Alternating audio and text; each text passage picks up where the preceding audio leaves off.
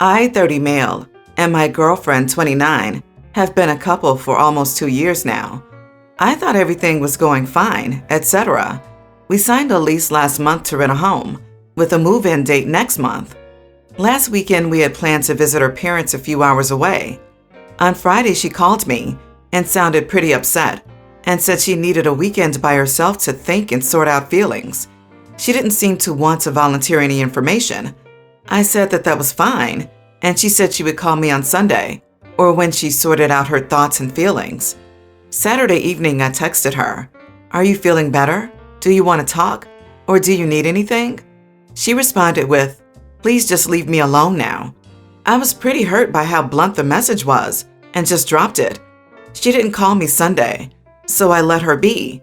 Monday evening, I sent her another text asking what was going on and got no response. I called her Tuesday, and my phone calls were going immediately to voicemail. I got extremely concerned, so I drove out to her apartment and noticed her car was missing. So I decided to send a Facebook message to some of her friends I knew. At that point, I realized she was no longer on my Facebook, Instagram, Twitter, etc. I sent a message to a few of her friends who I knew. One finally got back to me last night and said, "I need to learn to know when I've been dumped, and I need to move on with my life and leave her alone." Today, I received a text message from one of her friends telling me my ex said she convinced the landlord to remove her from the lease, and she paid her share of the rent for 6 months out of her own pocket. Any of the things she had of mine were just left with my parents. Anything I have of hers can be thrown out. That's it. My parents had no idea what was going on. It wasn't my ex. It was someone my parents are not familiar with who came by and gave it to them without explaining anything before leaving. I don't understand. We went out last Wednesday and had a great time. She stayed at my place. I don't know why she was upset on Friday. Am I missing something? I feel confused, panicked, and lost. I got no goodbye. I don't understand. We probably can't help you figure out what happened, but FYI, the way our friend spoke to you was really wrong. You were totally right to be confused and worried when your SO just stopped responding to you out of the blue. Contact your new landlord to find out if her paying half of the rent for 6 months up front was legit. That is super suspicious to me. Oh wow, you have no hidden stuff that she may have found out? Cheating? A kid you didn't tell her about? Massive debt? A criminal record? Honestly, I don't think she wanted to move in with you. She probably felt pressured into doing it, if not by you, maybe by her life circumstances, age, or whatever. Either they or you were the side piece the whole time, and she was living out this fantasy until it got too real. I'm really sorry, man, that's horrible. And that learn to know when you've been dumped stuff is disgusting. I'm not sure that there's anything to be done in this situation, but if my wife did something like this, I'd get in touch with her parents. Even well-intentioned friends can sometimes callously enable bizarre behavior, but her parents are less likely to be influenced by social expectations. You could certainly end up getting stonewalled by any and every person in her life, but if this behavior is totally out of the norm for her, I'd be as concerned as you are. Bullet dodged. She wasn't ready to say I love you after 2 years together. To me, that means she always had one foot out of the door. She was opening herself up completely. What is more, she obviously has commitment issues. She didn't start freaking out until you were both about to move in together. What she did reeks of immaturity. Instead of facing you and breaking up with you face to face, she literally ghosted you and had one of her friends do a nasty job of dumping you. That is not the mature way to handle the situation. I'm sorry, OP. Update. Girlfriend of 2 years is ghosting me out of the blue, a week before we're supposed to start our new lease. The entire situation has pretty much left me damn miserable and just frustrated in general. Finally, on Sunday, she sent me a very long message via email, pretty much explaining what happened. It boiled down to her wanting to try having a serious relationship with her friend. Her friend is the same person who sent me the extremely blunt message about her dumping me. Apparently, for a year before we started dating, she was having an on-again, off-again relationship with her. I never knew this, and nobody ever mentioned it. Apparently, it wasn't serious, and they broke it off because her friend got cold feet about actual commitment. I never knew how close my ex and her friend were, but I'm probably just dumb. She says she never cheated on me, but the night after I last saw her, her friend confessed to my ex when she heard about us moving in together. I don't know. She needed to give this a try because she is apparently in love with her and has been for years. She said she was a coward and really sorry. She also offered to be friends in the future, just not now. I rejected that. Anyways, aside from a bit of communication, we both signed a lease amendment taking her off the lease. She also sent me the money for a chunk of the rent for the year, as she felt she needed to make stuff right somehow. I will still move into the house, as I can pay the rent myself even without her help. Honestly, at the end of it all, I guess I was just way more into her than she was into me, and I never really noticed it. Although considering how often this friend was around, I probably should have noticed something, I guess. However, I will say that personally, even before this, I found her friend to be pretty manipulative, and I doubt it'll work out how she thinks it will. But I am done with her. LMAO, when that relationship crashes and burns, because it will, remember this. There's a good chance she'll come back saying some bull about how she wants to get back together. Please don't fall for it. She cheated on you and then dumped you in a particularly cruel way. What an absolute gem of a human being. She'll offer to be your friend when she needs something you can provide, like someone to sponge off when her girlfriend gets sick of her crap. Take consolation in the fact that she'll be just as evil to the girl she left you for, sooner or later. They deserve each other. As for your own life, better luck next time.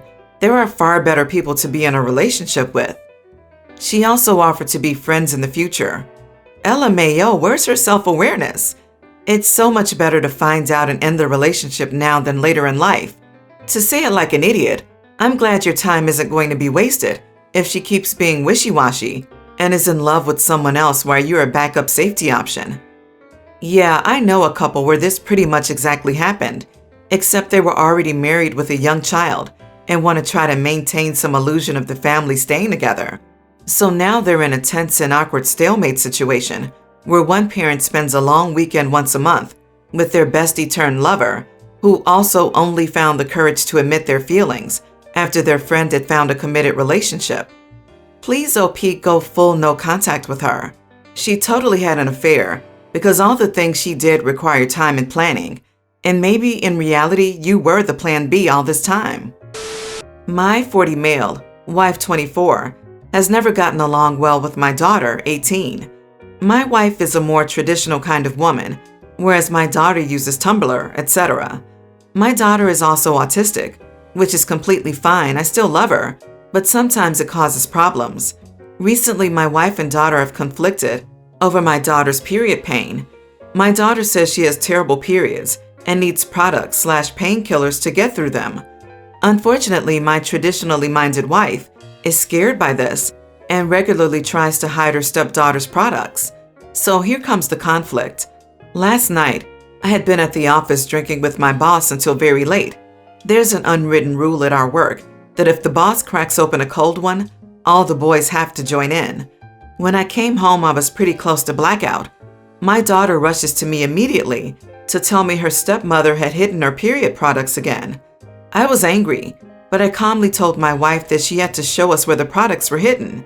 Suddenly, my daughter started screaming at her, calling her a stupid witch, amongst other things. I soberly explained to my daughter that she could not speak to my wife in such a way and was grounded for a month. She ran straight to her room and hasn't emerged since. Afterward, I was very firm with my wife and told her she had to compromise with my daughter and that hiding the period products was morally unjust. Of course, she disagreed, but said she would give the products back eventually. I feel like I negotiated the situation very diplomatically, but my daughter still won't speak to me. Am I the idiot? LOL at this 6-year-older woman trying to be mom for your 18-year-old daughter. You are the idiot for bringing your prize into the house with your adult daughter. It's outrageous that your wife, who is your daughter's peer, thinks she has any say in what your daughter uses for her period pain. This is terrible parenting. You should be ashamed. You're the idiot, and your wife is too. You are effectively punishing your daughter for having her period. Stop that. Am I to understand that your wife, whose traditional values led her to marry a man 16 years older than her, has been negatively and purposefully endangering your autistic daughter's health for years, and your reaction, after getting almost blackout drunk with your boss, is to punish the victim, your daughter's going to move out and never talk to you again the moment she can. You are the idiot. Your wife is hiding medical needs/supplies belonging to your daughter, and you think they need to compromise? Your daughter's body is hers, so who the heck does your wife think she is? She's awful, and you're enabling it. Your daughter does not have to compromise on her well-being, and you need to grow up and be a father. Children come first, and you brought her into the world, and your first obligation is to her. If I were your daughter's mother, I'd go for full custody. What a horrible home environment for a teen. I, 28 female, and my husband, 29, met in college and have been married for 6 years. My husband was raised in a strict evangelical household, but broke away from those beliefs when we met. I thought we had a very happy marriage until my husband's father passed away in early 2021. He received a cancer diagnosis and was gone a few weeks later. My husband was and is, very understandably, completely devastated. He had remained very close to his father, despite no longer following his childhood religious beliefs.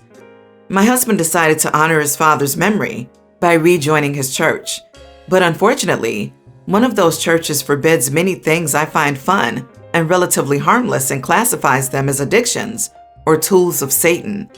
For example, before his father's passing, my husband and I enjoyed having a glass of wine or a cocktail now and then, maybe a couple of times a week. But after joining the church, my husband decided he was an alcoholic. He insists that I'm also an addict because I don't want to give it up. I tried to meet him halfway. I agreed not to drink at home if my husband truly wanted to have a sober household, but said I would still want to have an occasional drink with friends. I admit I like intimate literature, which he never thought was a problem until he became religious. He also threw away my vibrator, saying it was an instrument of the devil. The latest is that my husband's pastor told him video games, all games, not just M-rated ones, are sinful. And now my husband is insisting I have a video game addiction and need treatment. Gaming is the main hobby for me, probably around 8 to 10 hours a week. It's not an addiction in my view, just something I enjoy. I work full-time, cook, clean, exercise, etc. So I'm not neglecting anything else in my life, except respect for my husband's new beliefs, I guess, by gaming. My husband wants me to start going to church with him. He says he will go to couples counseling, but only through his church, not a secular counselor. I told him that I understand he's grieving and struggling, and I want to be kind and supportive. If it helps, we can keep alcohol out of the house. But I'm not going to become an evangelical. Unlike him, I was raised with atheist parents, and I'm not going to restrict myself to activities he finds acceptable under his religious beliefs. I also asked him to please stop labeling habits he doesn't like as addiction. Of course, he now thinks I'm an idiot for being mean to him while grieving. However, most of our family members and friends also think I should do what he asks in the name of being supportive. So, am I the idiot? Not the idiot. You've already made far more concessions to him than I feel like you need to. I appreciate he's grieving, but you shouldn't have to change your entire life to be supportive. It sounds like pretty much everything you do for any recreation he's having an issue with. It's your time. He should have no control over what you do with it. And I definitely wouldn't do the church couples counseling. I would not trust them to have a neutral, unbiased perspective. I'd have a major issue with all of these, especially as someone who very deliberately married a man who was not and had never been raised as Christian. But I'm incredibly shocked that he thinks he has a right to control what she reads. That's so far out of bounds for me that I would honestly walk if my husband started to tell me what I could and couldn't read. My parents never controlled what I read at any age. I certainly wouldn't allow another grown adult to dictate my reading material. I read a lot, and there's no way on earth that what I read can or could in any way affect my husband or his boundaries. Not the idiot. I agree that couples counseling is in order, but it must not be through his church. That's an instant and automatic 2 against 1 situation. It would be best if you had an impartial counselor, and that means a secular counselor. Sadly, you probably need to consider that your marriage may be nearing its end and prepare yourself for life without him. You didn't mention any children. I hope that's because there aren't any. Just confirming no kids. Last year we discussed starting to try sometime in the next couple of years, but we agreed to put that on hold indefinitely. We aren't intimate at the moment, anyway, due to his grief and his addiction recovery. The abstinence isn't forever, but his church's program requires a 6-month abstinence period, even from relations with one spouse, to reset. What? Having intimacy with one spouse isn't an addiction. Unfortunately, that church is doing a number on him. I'd use that 6 months to formulate an escape plan, honestly. This is a serious situation, and the sooner you get out, the better. Do you have someone who can hold your valuables that are now sinful? I get documents in a safe deposit box as well. My sister's getting married in a month, and she just now announced that her wedding is going to be child-free. I don't mind the idea. My wedding was child-free too, and I believe in child-free weddings in general. But the thing is, I'm a mother of 2 kids. One of them is 2 years old and heavily disabled, and I can't afford to find care for her. The other one is barely a month old. To explain some things, my sister lives 8 hours away, and that's where her wedding will be. So she'll rent out hotel rooms for the main family members, parents and siblings of the couple. We'll spend 3 days there, 1 day before the wedding, the day of, and 1 day after. The hotel she booked also has a no-kid policy, so anyone in the family with kids should hire a babysitter for those 3 days. I wouldn't mind hiring a babysitter, but it's a last-minute announcement, and in my area, it's nearly impossible to find a babysitter who can care for a special needs child and a newborn. Also, I can't be away for 3 days from my newborn since I have to breastfeed. My husband and I discussed that either he or I should stay behind with the kids, and one of us could attend the wedding. I could leave some breast milk in the special bags in the fridge for him to give our newborn if I went to the wedding.